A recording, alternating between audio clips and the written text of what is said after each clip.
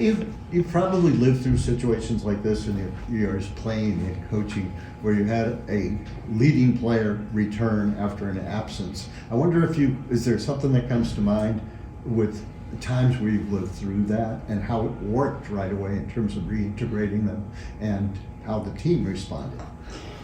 Yeah, I mean, I think we see it throughout sport, right? Players that are coming back and reintegrating, it's a process. It doesn't happen right away. You try to simulate gameplay as much as you can in practice, rhythm, timing, conditioning, endurance, all of those things. And there's nothing like just getting out there and going. I think for C and for So, both of them, their adrenaline's going to take them pretty far in that first half, and we've got to do a really good job of managing the adrenaline rush versus the fatigue of just getting out there and playing games for the first time. Handling physicality, playing 40 minutes, the lateral movement, the bursts of speed, those moments. And so you'll probably see them both in a little bit shorter stints to start as we kind of get a feel for where they are.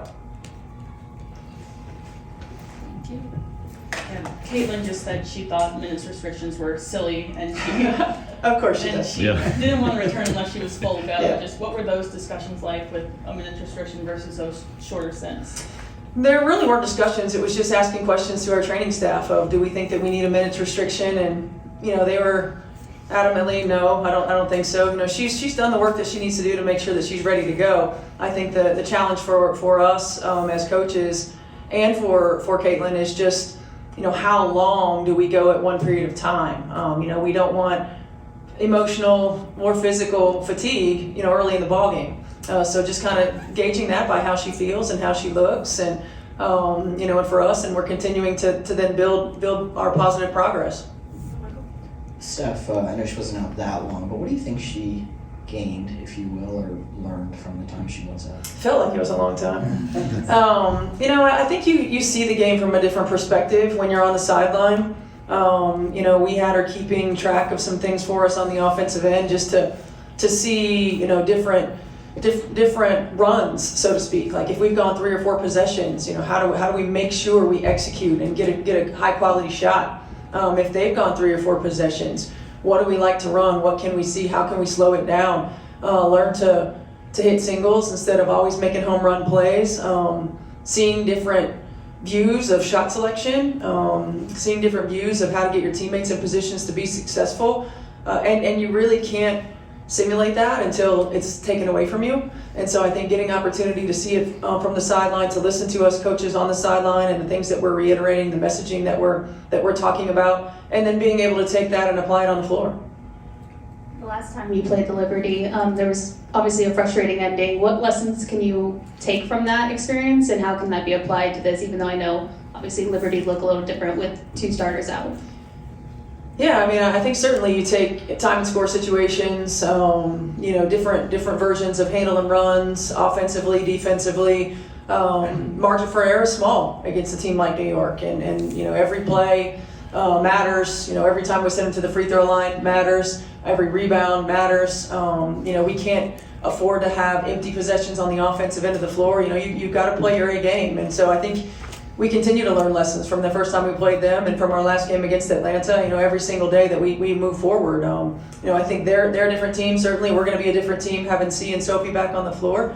And we're going to tip the ball up and go out, and we're going to give it everything that we have.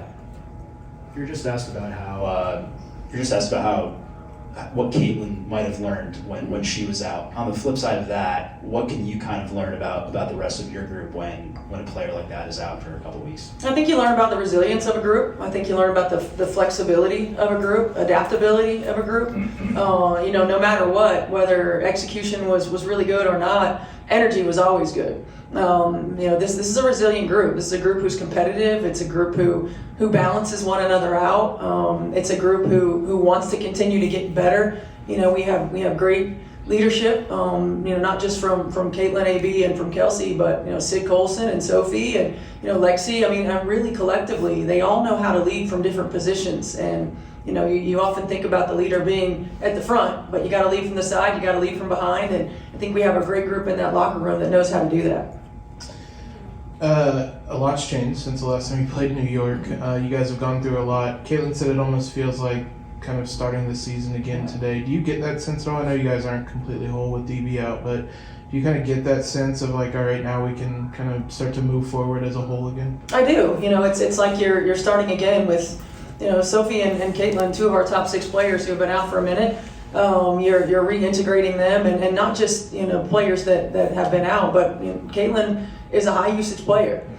She's a high usage player that scores. She's a high usage player that finds everybody else and puts them in positions to be successful.